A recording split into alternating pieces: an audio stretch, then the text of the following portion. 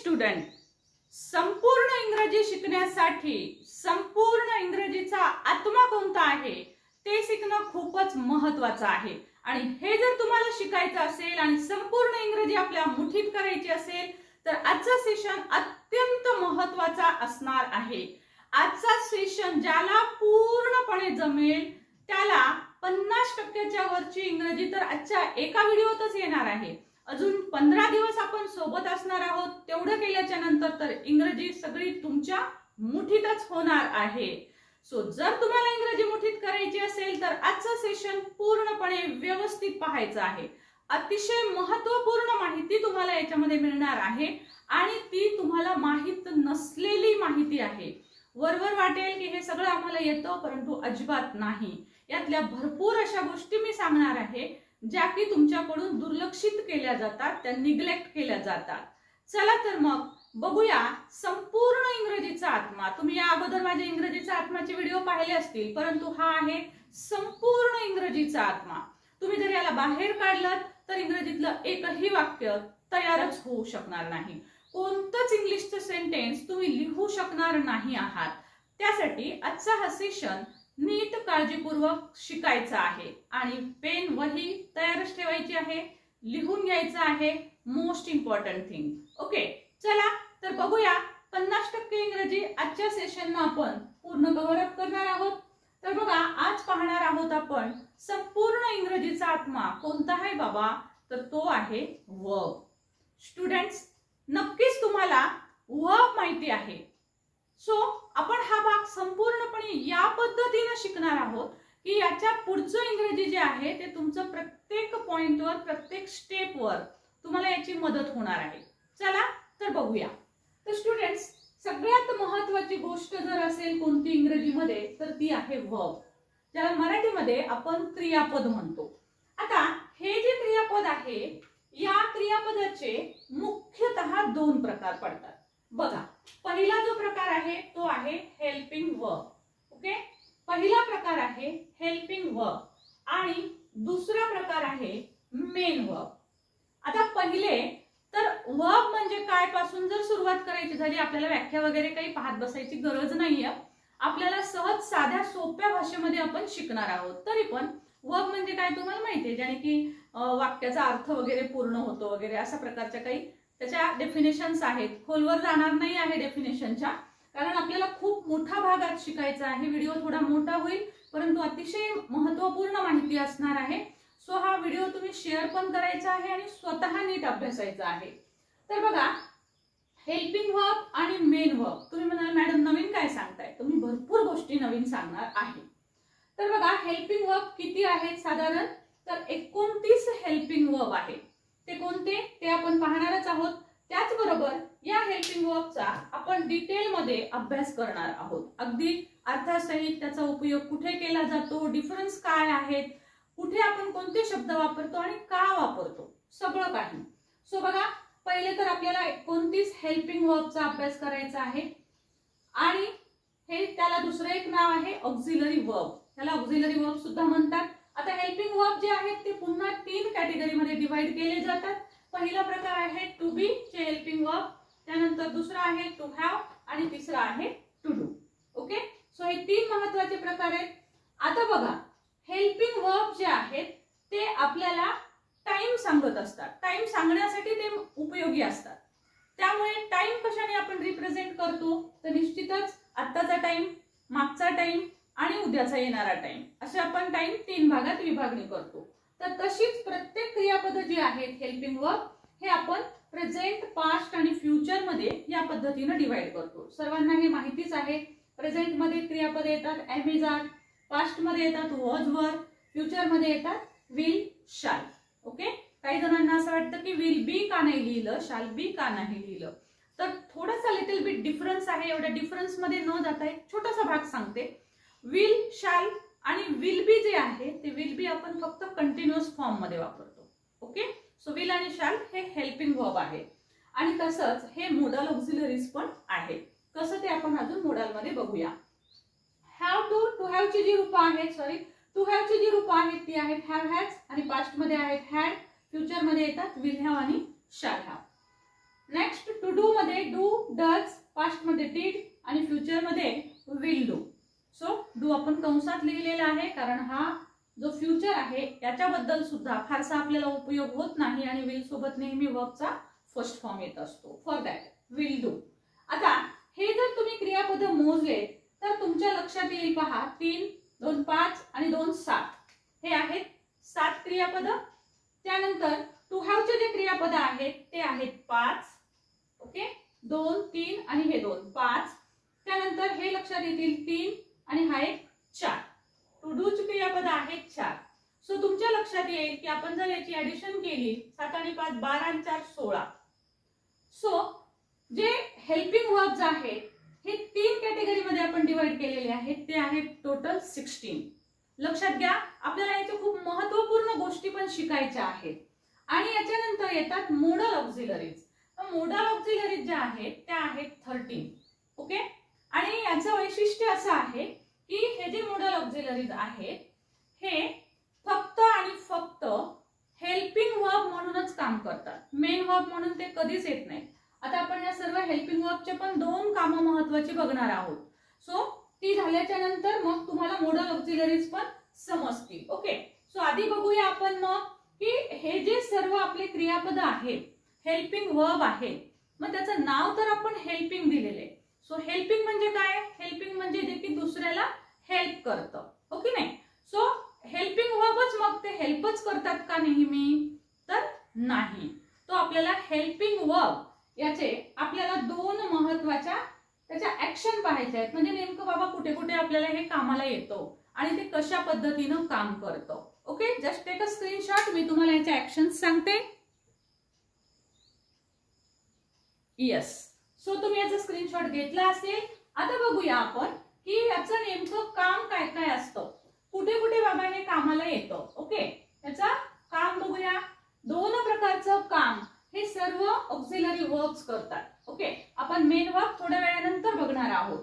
So auxiliary वर्बचं काम काय आहे? सो ऑक्झिलरी वर्बचं किंवा हेल्पिंग वर्ब, HV लिहिलेले मी हेल्पिंग वर्ब शॉर्ट फॉर्म, याचं नेमकं काम काय असतं? तर पहा, हे एकतर हेल्प करण्यासाठी म्हणजे हेल्पिंग वर्ब म्हणून काम करतात. ओके, मदत करण्यासाठी ते येतात. तशाच प्रकारे ते मेन वर्ब म्हणून सुद्धा काम करतात. 2 कामं तुम्ही लक्षात घ्यायची आहेत. हेल्पिंग वर्ब हे नावाप्रमाणेच हेल्प करण्यासाठी सुद्धा येतं आणि ते मेन वर्ब म्हणून पण काम पाहतो. कसं? तर ते बघूया आपण. Okay, so see here. Suppose I am working. मी काम करत आहे. आता ह्याच्यामध्ये एम हे आपल्याला यापैकी एक टू बीचं क्रियापद आलेलं दिसेल. सो एम इथे कसं आलेलं आहे? तर वर्कला मदत करण्यासाठी आलेला आहे. वर्क हा इथे मेन वर्ब आहे. ओके, सो आपण लागलीच मेन वर्ब बघूया. मी इन शॉर्ट मेन वर्ब सांगते तुम्हाला. आपल्याला डिटेल मध्ये मेन वर्ब पाहायचं आहे पुन्हा एकदा याच आजच्या सेशन मध्ये. सो मेन वर्ब काय असतो? सो मेन वर्ब म्हणजे एखादी ऍक्शन असते. मेन वर्ब म्हणजे ऍक्शन, कृती. कुठलंही काम जे आहे ते म्हणजे आपलं मेन वर्ब असतं. राईट. जसं की समजा मी आता तुम्हाला बोलते आहे, मी तुम्हाला शिकवते आहे. राईट. सो टीच म्हणजे मेन वर्ब असणार आहे. टॉक म्हणजे मेन वर्ब असणार आहे. स्पीक म्हणजे मेन वर्ब असेल. Watch, read, write, jump, cry हे सगळे काही मेन वर्ब आहेत. कारण ह्या सगळ्या ऍक्शन आहेत. काहीतरी कृती दर्शवतात. त्या बाळ रडतो. सो रडणे, क्राय ही एक ऍक्शन आहे ना. आम्ही झोपलो होतो. सो झोपणे ही एक ऍक्शन आहे. स्लीप. सो ह्या सगळ्या ऍक्शन आहेत आपल्या आणि हे जे ऍक्शन वर्ड आहेत त्यालाच आपण मेन वर्ब म्हणतो. ओके, सो लक्षात आलं असेल शॉर्ट मध्ये तुम्हाला की मेन वर्ब म्हणजे काय? तर main verb means action word. लक्षात घ्या, मेन वर्ब म्हणजे ऍक्शन वर्ड. मग आता इथे जर तुम्ही पाहिलं तर इथे काम कोणतं चालू आहे? आय एम वर्किंग म्हणजे मी काम करत आहे. सो वर्क हा मेन वर्ब आहे आणि याला हेल्प करण्यासाठी एम हे क्रियापद आलेलं आहे. बघा, आय एम वर्किंग. तशाच प्रकारे सपोज मी म्हणाले की I have a pen. Sorry, suppose मी म्हणाले की I have written something on the board. मी बोर्डवर काहीतरी लिहिलेलं आहे. आय हॅव रिटन, माझं लिहून झालेलं आहे. सो इथं लिहिण्याची जी माझी ऍक्शन आहे, कृती आहे, तिला हेल्प करण्यासाठी इथे हॅव हे क्रियापद आलेलं आहे. सो तुमच्या लक्षात येईल की एम असेल, हॅव असेल किंवा do you like our videos. Yes, हो ना. सो लाईक जरूर करा आणि यस, तुम्ही लाईकचं बटन हिट केलं की त्याचबरोबर आता हाईप नावाचं एक बटन तुम्हाला समोर येईल, HYPE हाईप.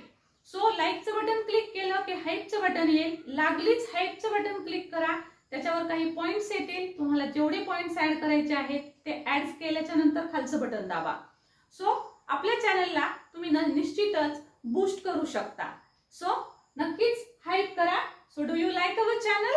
येस, हो की नाही? सो लाईकचं बटन जरूर प्रेस करा. डू यू लाईक इट असं घेऊया आपण तोपर्यंत. सो इथे डू जो आहे तो हेल्प करण्यासाठी आलेला आहे.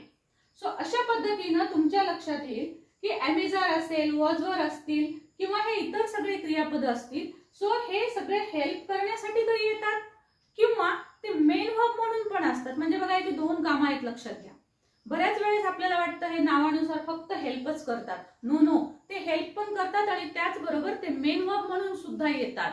सो मेन वर्ब म्हणून कशा पद्धतीने येतात बघा, काही some examples about main verb. So ते मेन वर्ब म्हणून कशा पद्धतीने काम करतात बघा. हे आपण दोन कामं पाहतो आहोत हेल्पिंग वर्बचे. ओके, सो हे जे कामं आहेत ते हेल्पिंग वर्बचे कामं आहेत, राईट. सो आता आपण हे एक पहिलं काम पाहिलं. आता बघा दुसरं काम कशा पद्धतीचं असतं. Suppose I am a teacher. आता याच्यामध्ये फक्त मी कोण आहे याविषयी माहिती सांगितलेली आहे, ते सांगण्यासाठी इथं एम आलेलं आहे. सो इथे तुम्हाला कुठली पण ऍक्शन दिसत नाही. मी एक टीचर आहे, मी एवढंच सांगते, माझी काही ऍक्शन सांगत नाहीये. सो जेव्हा कुठलीही ऍक्शन नाही सांगितलेली असते आणि अजून महत्वाचं म्हणजे तो एकटाच येतो. ओके, त्याच्यासोबत मेन वर्ब येत नाही. इथे एमच्या सोबत वर्क हे मेन वर्ब आलेलं आहे. इथे हॅवच्या सोबत रिटन हे मेन वर्ब आलेलं आहे. सो असं मेन वर्ब तुम्हाला इथं नाही दिसणार. इथं अ टीचर हे नाऊन आलेलं आहे. सो सिंगल जेव्हा येतो तो एकटाच येतो, त्याच्यासोबत मेन वर्ब नसतो. त्यावेळेस जेव्हा तो येतो तेव्हा तो मेन वर्ब म्हणून ऍक्ट करतो. तर आता इथे जर कोणी विचारलं की याच्यातला क्रियापद कोणता आहे, तर तुम्हाला सांगायचंय एम. आणि हा कोणता क्रियापद आहे? It is main verb. इथे ह्याला म्हणायचंय मेन वर्ब. जरी तो इथे ऍक्शन करत नसेल तरी पण या हेल्पिंग वर्बला इथे असं म्हणतात it act as main verb. So दोन प्रकारे तो ऍक्ट करतो. अशा प्रकारची भरपूर अशी वाक्य असतात. जशा प्रकारे suppose he has a pen. त्याच्याजवळ एक पेन आहे, राईट. सो हॅज जे आहे ते इथं आता मेन वर्ब म्हणून आलेलं आहे. He has a pen, right. So याच पद्धतीनं जेव्हा हे एकटे येतील, आय डू वर्क, त्याच्यामध्ये डू आलेला आहे. सो जेव्हा सो आय डू याच्यामध्ये सुद्धा तुम्हाला डू जे आहे ते मेन वर्ब म्हणून आलेलं दिसेल. परंतु हे जे वाक्य आहेत इथं जर तुम्ही हे वाक्य पाहिले तर तुमच्या लक्षात येईल की एम असेल, हॅज असेल किंवा यातलं कुठलंही क्रियापद असेल, हे तुम्हाला मेन वर्ब म्हणून सुद्धा येतो. सो याच पद्धतीनं जशा पद्धतीनं आय डू वर्क, इथे जर तुम्ही पाहिलात तर इथे डू जो आहे तो तुम्हाला इथे मेन वर्ब म्हणून ऍक्ट करताना दिसेल, राईट. सो या पद्धतीनं हेल्पिंग वर्ब जे आहेत ते दोन प्रकारचं काम करतात. एक तर ते हेल्पिंग वर्ब म्हणून येतात, त्याचबरोबर ते मेन वर्ब म्हणून सुद्धा येतात. मेन वर्ब पण तुम्हाला समजलेला आहे. सो नेक्स्ट आपण पाहणार आहोत, जस्ट टेक स्क्रीनशॉट फास्ट. आपण बघूया मोडल्स. येस स्टुडंट, तर पहा आता पाहतोय आपण मोडल्स. आता तुम्हाला लक्षात येईल पहा इथे can, could, may, might, must, will, would, shall, should, ought to, dare to, need to आणि यूज टू, हे जे 13 वर्ब्स आहेत, तर याच्यामध्ये तुम्हाला महत्त्वाची गोष्ट जी कोणती लक्षात घ्यायची आहे ते आपण इथे पाहणार आहोत. आणि त्या म्हणजेच बघा, हा जो मोडल ऑक्झिलरीज आहेत किंवा हे जे 13 मोडल्स आहेत, त्या 13 मोडल्सचं एक वैशिष्ट्य मी एका साइडला आणि नंतर का लिहिलेलं आहे, हे पण हेल्पिंग वर्बच आहेत. हेल्पिंग वर्ब म्हणूनच ते काम करतात. पण जसं आपण पाहिलं की हे सर्व 16 हेल्पिंग वर्ब जे आहेत ते दोन्ही प्रकारे काम करतात. ते हेल्पिंग म्हणून पण येतात, ते मेन म्हणून पण येतात. परंतु हे जे मोडल्स आहेत किंवा मोडल ऑक्झिलरीज आहेत तर ह्या 13 मॉडल ऑक्झिलरीज फक्त हेल्पिंग वर्ब म्हणून काम करतात. It never act as main verb. लक्षात ठेवा, मोडाल्स हे कधीही मेन वर्ब म्हणून येत नाही. तर मग कशा प्रकारचे वाक्य असतात ह्याचे? तर अजून एक गोष्ट आपल्याला शिकायची आहे आणि ती म्हणजे बघा, आय कॅन डू इट. मी हे करू शकते. यस, ज्यांना ज्यांना ही 15 दिवसाची सिरीज करायची आहे तुम्ही करू शकता ना. Can you do it? ज्यांनी ज्यांनी 15 दिवसाची सिरीज करू शकतात त्यांनी मला थंब द्यायचा आहे की यस मॅम, मला 15 दिवसाची सिरीज करायची आहे. कारण 15 दिवसात तुम्ही शिकणार आहात संपूर्ण इंग्लिशचं ग्रामर आणि संपूर्ण इंग्रजी शिकणार आहात. कारण इंग्रजीचं ग्रामर म्हणजेच इंग्रजी आहे. सो ही जर शिकायची असेल तर कमेंट मध्ये मला नक्कीच लिहून पाठवा की yes I also want to do it. So I can do it. इथे जर तुम्ही पाहिलं तर कॅन हे एक मोडल्स आलेलं दिसेल तुम्हाला आणि इथे डू जे आहे ते मेन वर्ब आहे. आणि महत्वाची गोष्ट म्हणजे जे सर्व मोडल्स आहेत त्याच्यासोबत वर्बचा फर्स्ट फॉर्म लागतो. ओके, जशा प्रकारे suppose she must solve it. तिला हे सॉल्व करणंच आहे, नक्की करावं लागणार आहे. किंवा यू मस्ट ओबे, यू मस्ट फिनिश इट. तर हे मस्ट आहे, कॅन आहे, यापैकी कोणतेही मोडल्स येऊ शकतात.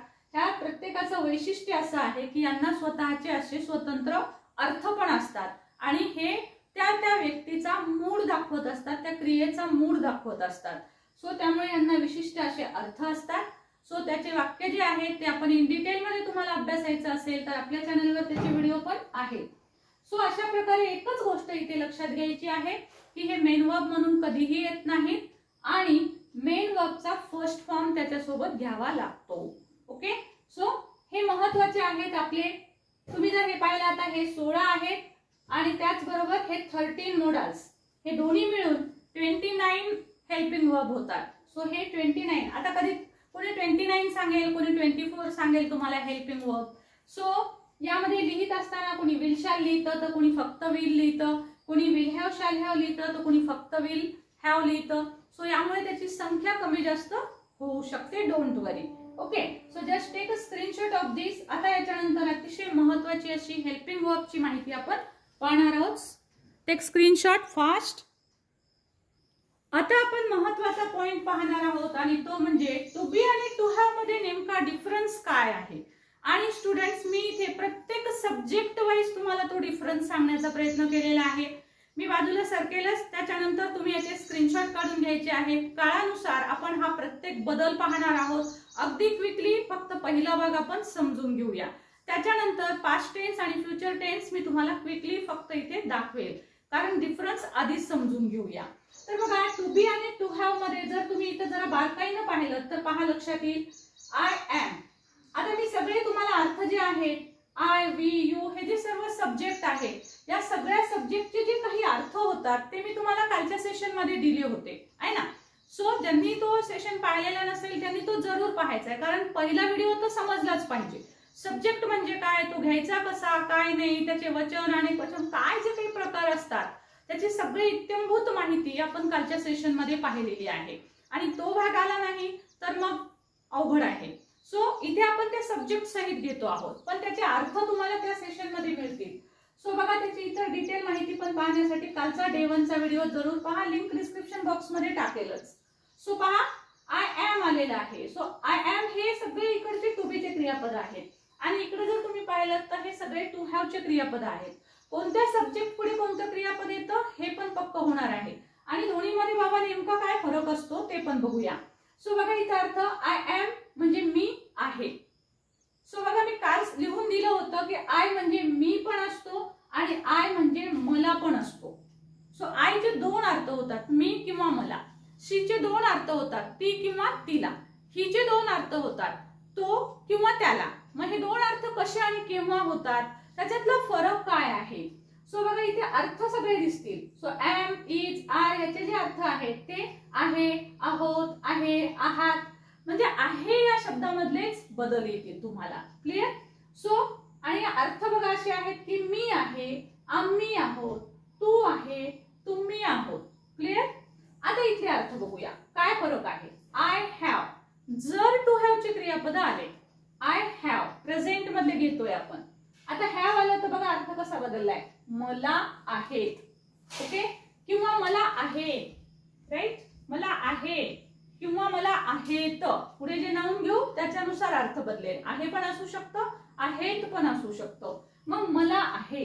आता इथं जर फरक लक्षात घेतला तर इथं मी आहे आणि इथं ला आहे. लक्षात घ्या फरक काय आहे. इथे पहा तुम्ही आम्ही आहोत, पण इथे जर तुम्ही पाहिलं तर आम्हीच्या ऐवजी तुम्हाला इथे शब्द दिसेल आम्हाला आहे. ला, ला आहे. इथे पण बघा ला आहे, इथे ला आहे, इथे त्याला आहे. म्हणजे या सगळ्या टू हॅव मध्ये तुम्हाला ला किंवा त्यांना, ना असा शब्द दिसेल. जसं इथं त्यांना आहे, इथं ना आहे, इथे कुत्र्याला आहे, इथं झाडाला आहे किंवा झाडांना आहे. ओके, झाडाला नाही म्हणता येणार, इथे झाडांना आहे कारण इथं अनेक झाडं आहेत. झाडांना आहे, राईट. सो झाडांना आहे.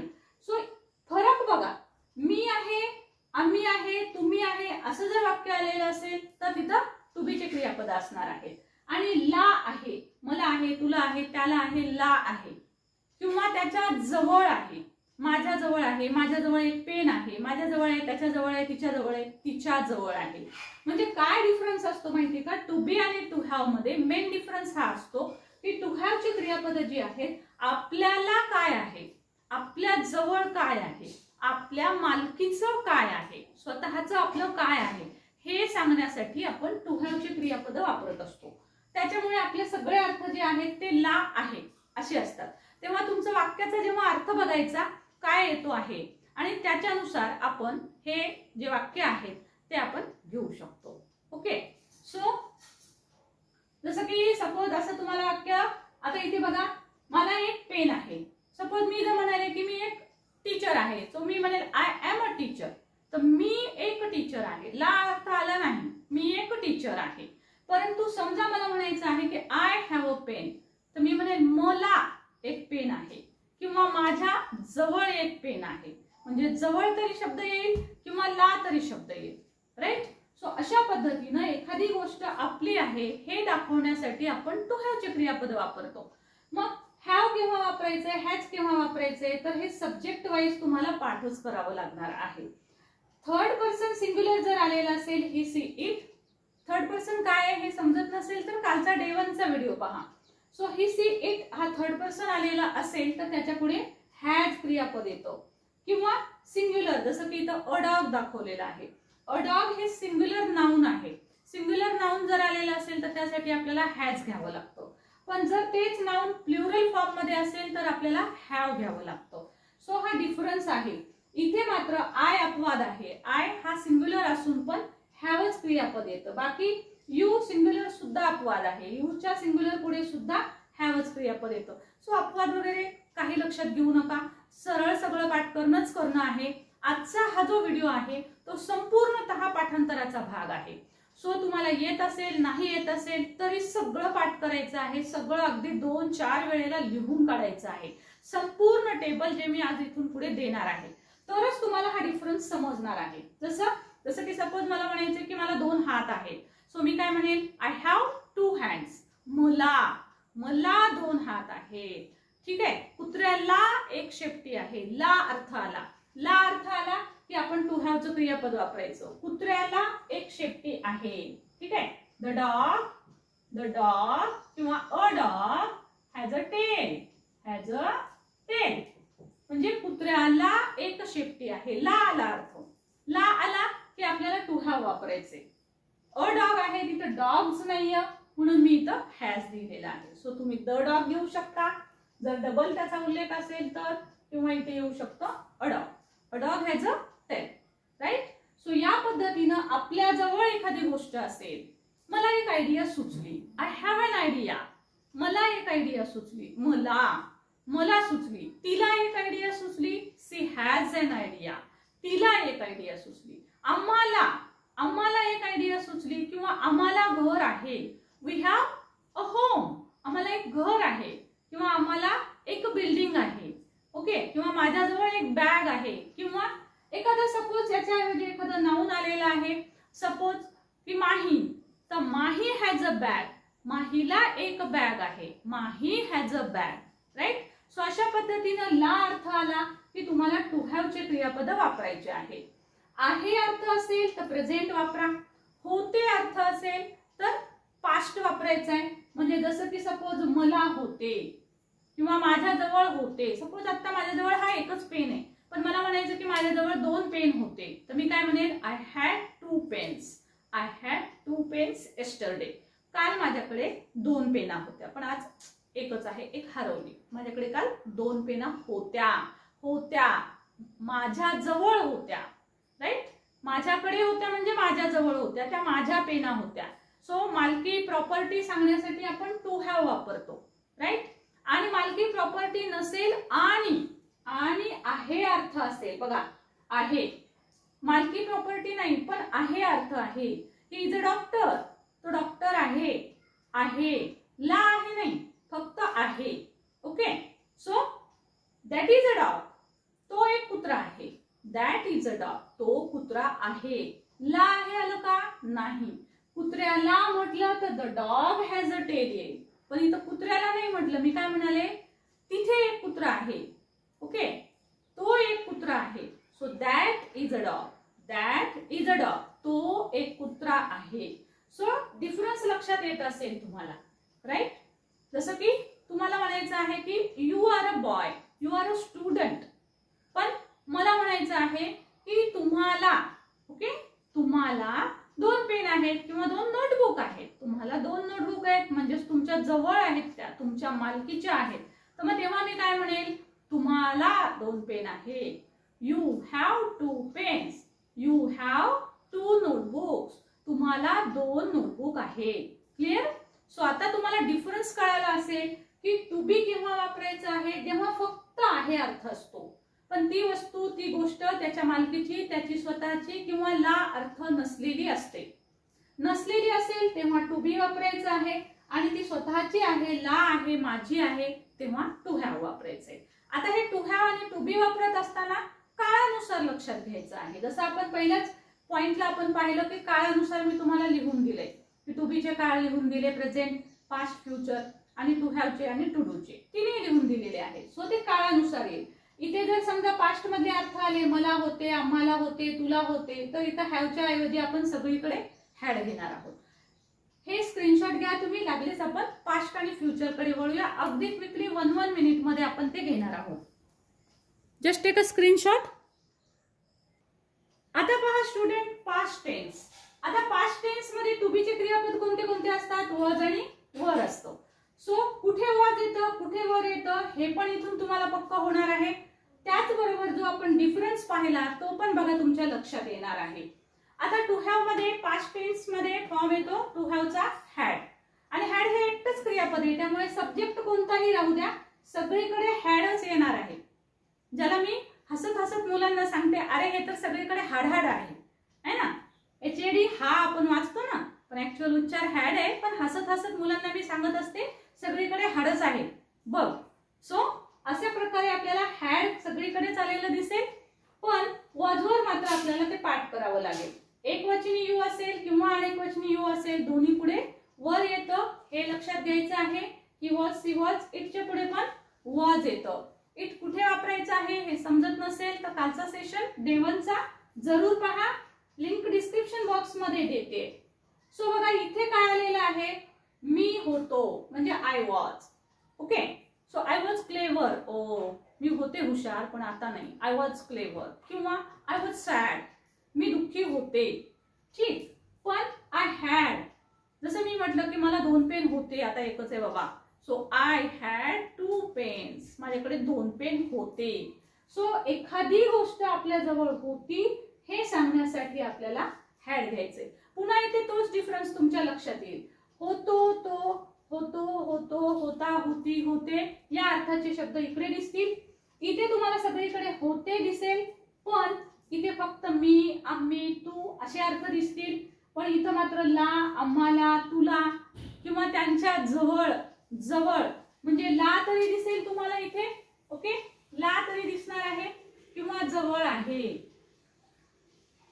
जवळ आहे किंवा त्यांच्या मालकीचे आहे. टू हॅव चा अर्थच काय असतो? मालकीचे आहे. ठीक आहे, मालकी हक्क स्वतःचे आहे.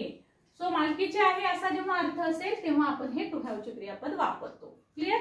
सो पास्ट क्लिअर झाला असेल. आता आपण पाहूया की फ्युचर कशा पद्धतीने येईल. सो बघा मी तुम्हाला इथं डिफरन्स दाखवते.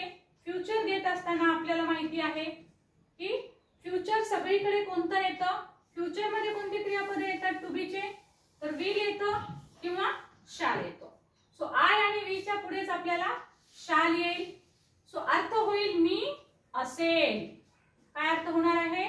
मी असेल किंवा मला असेल असा अर्थ इकडे होईल जर हॅवचं क्रियापद असेल. ओके, जसं की बघा अशा पद्धतीनं वी आणि आयच्या पुढेच फक्त आपल्याला शाल घ्यायचं आहे. सगळीकडे इथं होताच्या ऐवजी अर्थ होतील असेल. राईट? बघा फक्त डिफरन्स दाखवते आहे. सगळीकडे असेल आहे. राईट? सो ती असेल, तो असेल, कुत्रा असेल असा अर्थ असेल. राईट?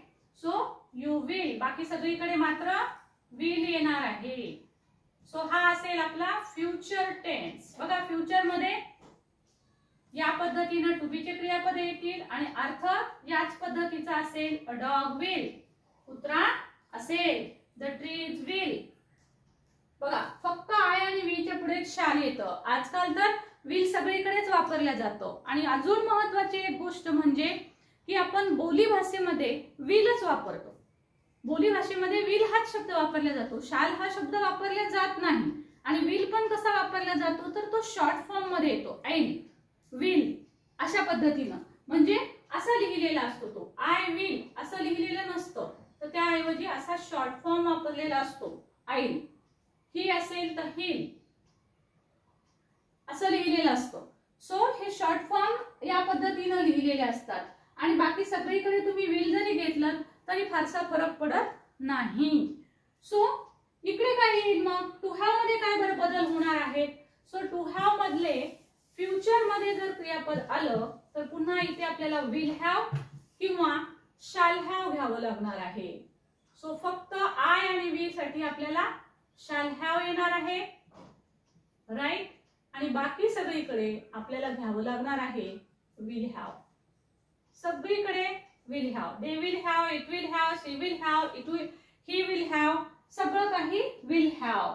मग अर्थ पण बदलतील, हो की नाही? सो इथे काय अर्थ होतील? मला असेल, मला असतील. सो सगळीकडे अर्थ असेल मला असेल. एखादी गोष्ट आपल्याकडे भविष्यात असेल तर आपण म्हणू I shall have a car one day. माझ्याकडे एक दिवस कार असेल. Right? I shall have an expensive mobile. माझ्याकडे एक महागडा फोन असेल. सो असेल अर्थ जेव्हा असेल तेव्हा I shall have. Okay, I shall have. I have नाही, I shall have. I shall have an expensive mobile. I shall have a car.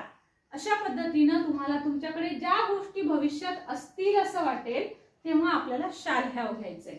आणि सगळीकडेच हा अर्थ असेल असेल. तुला असेल, त्याला असेल, तिला असेल, तुम्हाला असेल, आम्हाला असेल, कुत्र्याला असेल, झाडांना असेल, सर्वांना असेल.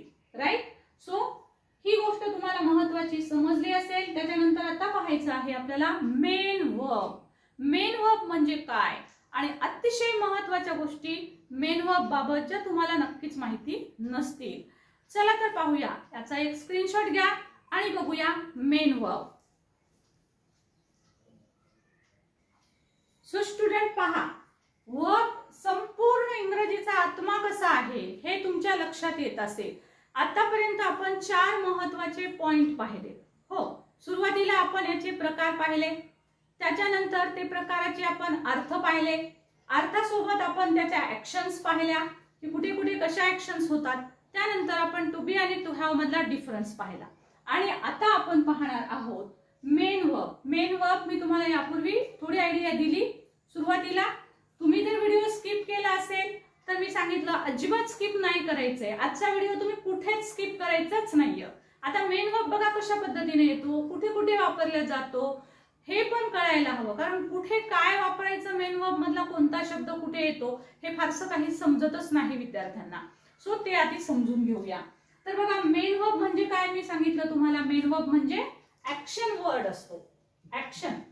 सो त्यामधून कृती सांगितलेली असते, रडणे, बसणे, बोलणे, है ना, क्राय, रीड, राईट, जम्प, हे सर्व जे आहेत ते आपल्या ऍक्शन आहेत. सो या ऍक्शन करत असताना ह्या ऍक्शन ज्या आहेत त्या वेगवेगळ्या वेळेला केल्या जातात. मग त्या वेळेला डिनोट करत असताना ह्याच्या वर्बचे आपल्याला वेगवेगळे फॉर्म वापरावे लागतात. जसं आपण हेल्पिंग वर्ब पाहिले. सो आपण प्रेझेंट मध्ये टू बीचे हेल्पिंग वर्ब एम इज आरच वापरतो, पास्ट मध्ये आपण वॉज वरच वापरतो, है ना, फ्युचर मध्ये आपण विल शालच वापरतो. तसं आपण इथे हे मेन वर्ब सुद्धा प्रत्येक कुठे कोणतं वर्बचा फॉर्म वापरायचा आहे ते शिकूया. तर बघा, पहिले तर लक्षात ठेवा की हे जे ऍक्शन वर्ड्स असतात त्याचे महत्त्वाचे असे 5 फॉर्म असतात. ऍक्च्युअल 3 फॉर्म पहिले महत्त्वाचे आहेत, चौथा आणि पाचवा पण आपण सोयीसाठी केलेले असतात आपल्या. तर लक्षात ठेवायचे की मेन 5 फॉर्म असतात. फॉर एक्झाम्पल बघा, आता इथे तुम्हाला काही क्रियापद दिसेल लिहिलेले, मी 3-4 एक्झाम्पल म्हणून लिहिलेले आहेत. सो टॉक, टॉक जर तुम्ही पाहिलं तर याचा पहिला फॉर्म. आता हे फॉर्म काय असतात, जसं आपण मराठीमध्ये बोलत असताना सुद्धा आपले शब्द बदलतात पहा. जसं की सपोज मी म्हणाले की मी पुस्तक वाचते. सो मी पुस्तक वाचते, मी काय म्हणाले पहिल्यांदा, मी पुस्तक वाचते, वाचते म्हणाले. पण मी जर म्हणाले की मी काल पुस्तक वाचले, मी काल पुस्तक वाचलं, मी कालच वाचलं. सो मग काल वाचलं म्हटलं तर माझा शब्द कसा बदलतो, वाचलं, मी काल वाचलं, काल, आहे ना, काल वाचलं. तर मी उद्या वाचेल, मला उद्या वाचणार हे सांगायचं असेल तर मला सांगावं लागेल की मी उद्या वाचणार आहे, मी उद्या वाचणार आहे, किंवा मी उद्या वाचेल, मी उद्या पुस्तक वाचेल. म्हणजे बघा, वाचणे हा शब्द आपल्या आपण 3 प्रकारचे वाक्य सांगितले, प्रेझेंट मधलं, पास्ट मधलं आणि फ्युचर मधलं. सो आपण इथं वाचते, वाचलं, वाचणार आहे किंवा वाचेल असे शब्द आपण बदलले. तसेच इंग्रजीमध्ये सुद्धा हे जे फॉर्म असतात ते आपल्याला ह्या काळानुसार वेगवेगळे घ्यावे लागतात. तर ते बघा, मग कधी V1 वापरावा लागतो, कधी V2, V3, V4 आणि V5. आता हे कसे कसे वापरायचे, तयार कसे करायचे पहिले हे शिकूया, मग वापरायचे कुठं सांगते. सो तयार करत असताना पहिले लक्षात घ्या, 90% वर्ब जे आहेत ते आहेत रेग्युलर वर्ब्स. याला काय म्हणायचं, रेग्युलर वर्ब्स. रेग्युलर म्हणजे असे क्रियापद ज्या क्रियापदांचा दुसरा आणि तिसरा फॉर्म, लक्षात घ्या, दुसरा आणि तिसरा फॉर्म हा ईडी लागून तयार होतो. बघा तुम्हाला इथे सगळीकडे ईडी दिसेल. सो दुसरा आणि तिसरा फॉर्म जो आहे तो तुम्हाला ईडी लागून तयार झालेला दिसेल. शेवटी जर ई आलेला असेल शब्दामध्ये तर फक्त डी लागतो, राईट, लक्षात ठेवायचे. जसं डान्स मध्ये ई आहे शेवटी, त्यामुळे याला फक्त डी लागले. जर शेवटी ई आलेला असेल तर मात्र फक्त डी लागतो.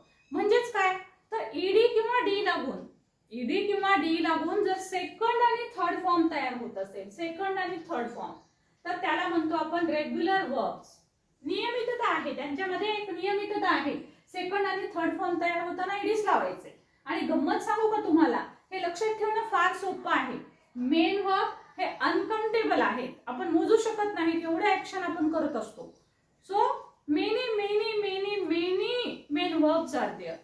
खूप असे मेन वर्ब्स आहेत. So it is called as uncountable. आपण ते मोजू पण शकत नाही. बापरे, मग एवढे कसे लक्षात ठेवायचे मॅम. सो लक्षात ठेवायची सोपी युक्ती अशी आहे की भरपूर सारे मेन वर्ब जे आहेत, म्हणजे 90% जे मेन वर्ब आहेत तर ते रेग्युलर आहेत. म्हणजे याला आपल्याला सेकंड आणि थर्ड फॉर्म करताना ईडीच लावावं लागतं, आहे की नाही मज्जा. मग आता राहिलेच किती, 10%. सो 10% कोणते असतात, तर 10% हे असतात. ओके, या 10% जे आहेत, जसं इथं पहा, गोचा हा फर्स्ट फॉर्म आहे, हा सेकंड आहे, हा थर्ड आहे, हा फोर्थ आहे, हा फिफ्थ आहे. तर इथं जर तुम्ही पाहिलं तर गोचं वेंट होतं, वेंट, थर्ड फॉर्म गॉन होतो, फोर्थ फॉर्म मात्र नेहमीप्रमाणे होतो आणि फिफ्थ फॉर्म पण नेहमीप्रमाणे होतो. जसं तुम्ही इथं पहा, इथं ईडी ईडी थर्ड आणि सेकंडला लागतो. पण फोर्थ फॉर्म कसा तयार होतो, फोर्थ फॉर्म हा आयएनजी लागून तयार होतो. पहिला रूट वर्ड घ्या, टॉक. हा टॉक शब्द घेतला, याला आयएनजी लावायचं, फोर्थ फॉर्म तयार.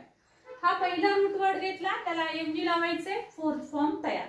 म्हणजे फोर्थ फॉर्म कसा तयार करायचा आहे, तर आपल्याला मूळ शब्दाला ING लावायचे, तुमचा फोर्थ फॉर्म तयार होतो. फिफ्थ फॉर्मला काय करावं लागतं?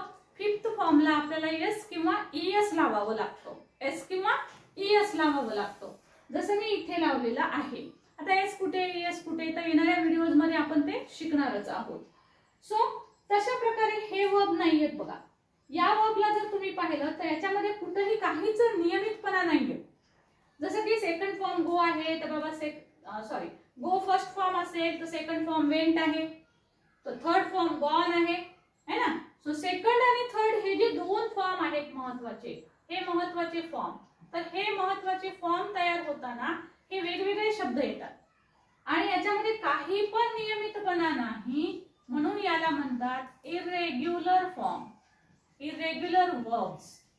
अनियमित वर्ब आहे ते, अनियमित क्रियापदांमध्ये काहीही नियमितता नाही, म्हणून याला म्हणतात अनियमित क्रियापदे. आणि वरचे कोणते असणार मग? अर्थातच नियमित क्रियापदे. रेग्युलर म्हणजे नियमित, नियमित क्रियापदे. हे इरेग्युलर का म्हटले मग? तर यांच्यात काहीच सारखेपणा नसतो. सेकंड फॉर्म, थर्ड फॉर्म सगळं काही वेगवेगळंच असतं. मग काय करायचं? असे हे किती क्रियापद आहेत? तर हे फक्त 10% आहेत. परंतु हे 10% क्रियापद मात्र आपल्याला त्रास देतात, कारण ह्यांचे सेकंड आणि थर्ड फॉर्म वेगवेगळे आहेत. फोर्थ फॉर्म बघा इथे पण ING लागूनच आहे. इथे ING लागून दिसेल, इथे ING लागून दिसेल. फिफ्थ फॉर्मला सुद्धा आपल्याला ES किंवा ES लागलेलं दिसेल, राईट. पण म्हणजे इथे पण फिफ्थ फॉर्म सेम आहे, इथे पण सेम रूल आहे. पण इथे मात्र सेकंड आणि थर्ड करताना अनियमितता आहे. तर हे सगळे वर्ब तुम्हाला पाठच करावे लागणार आहेत. जे हे 10% चे वर्ब आहेत अनियमित, तर ते तुम्हाला पाठ करावे लागतील. याच्या काही सुंदर अशा युक्त्या पण मी तयार केलेल्या आहेत. आणि वर्बचे महत्त्वाच्या ट्रिक्स म्हणून व्हिडिओ आहे आपला, वर्ब्स महत्त्वाच्या ट्रिक्स. सो मी तो पण डिस्क्रिप्शन बॉक्स मध्ये नक्की टाकेल, तोही तुम्ही पहा. त्याच्यामध्ये मी अशा ट्रिक्स सांगितलेल्या आहेत की हे 10% सुद्धा कसे लक्षात ठेवायचे. काही सिमिलॅरिटीज दिसतात ह्या 10% वर्ब मध्ये सेकंड आणि थर्ड फॉर्म तयार होत असताना, जसं की सिंग, सॅंग, सम, रिंग, रँग, रंग. सो सारखेपणा येतो. तर असा सारखेपणा शोधून मी एक व्हिडिओ तयार केला होता. सो त्याची लिंक डिस्क्रिप्शन बॉक्स मध्ये देईल, त्यावरून तुम्हाला हे इरेग्युलर वर्ब्स तयार करणं सोपं जाईल. ओके, तोही व्हिडिओ जरूर पहा. सो आता तुम्हाला लक्षात आलं असेल की V4, V5 फॉर्म कसे तयार करायचे, रेग्युलर असो की इरेग्युलर असो. पण आता हे वापरायचे कुठे बाबा? एवढे सगळे फॉर्म आपण वापरायचे कुठे? तर लक्षात घ्या, हे आपल्याला टेन्सेस मध्ये वापरायचे आहेत. टेन्स जेव्हा आपण शिकू आता पुढच्या येणाऱ्या व्हिडिओज मधनं, तर त्याच्यामध्ये आपल्याला हे पाहायचं आहे. आता याच बरोबर आपल्याला अजून एक महत्त्वाचा भाग पाहायचा आणि तो म्हणजे ऑब्जेक्ट. पण आता बराच उशीर झालेला आहे, त्यामुळे आपण उद्याच्या सेशन मध्ये आपण ऑब्जेक्ट हा प्रकार नक्की शिकूया. आणि ऑब्जेक्ट मध्ये मी तुम्हाला जरूर सांगेन अजून राहिलेला जो काही आपला याच्यातला मेन वर्बचा भाग असेल. सो ऑब्जेक्ट आपण ओळखू आणि तो ऑब्जेक्ट म्हणजे नेमकं काय तेही आपण डिटेल उद्याच्या सेशन मध्ये आपण पाहणार आहोत. येणाऱ्या टेन्सेस मधल्या भागामध्ये तुम्हाला याचा डिटेल अभ्यास करता येईल. बघा, यातल्या सगळ्या जोड्या ज्या मी सांगितलेल्या आहेत हेल्पिंग वर्बच्या, these are very important, right. So कुठेही आपल्याला कुठलाही क्रियापद वापरायचं असेल, मोडल ऑक्झिलरी जरी असेल, तर सगळं मोडल ऑक्झिलरीचं तर छान वैशिष्ट्य आहे, ते सगळीकडे सेमच येतं. म्हणजे I can, we can, you can, सगळीकडे कॅन कॅन कॅन, त्याला काही असं वेगळं नाहीये.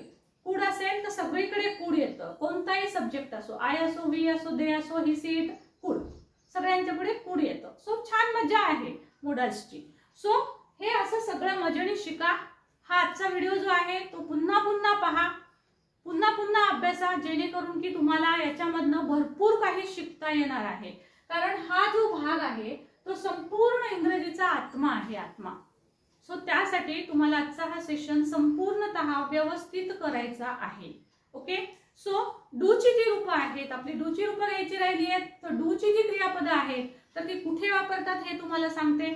डूची क्रियापदं आपल्याला प्रश्न तयार करण्यासाठी आणि निगेटिव्ह सेंटेन्सेस तयार करण्यासाठी आपण डूची रूपं वापरत असतो.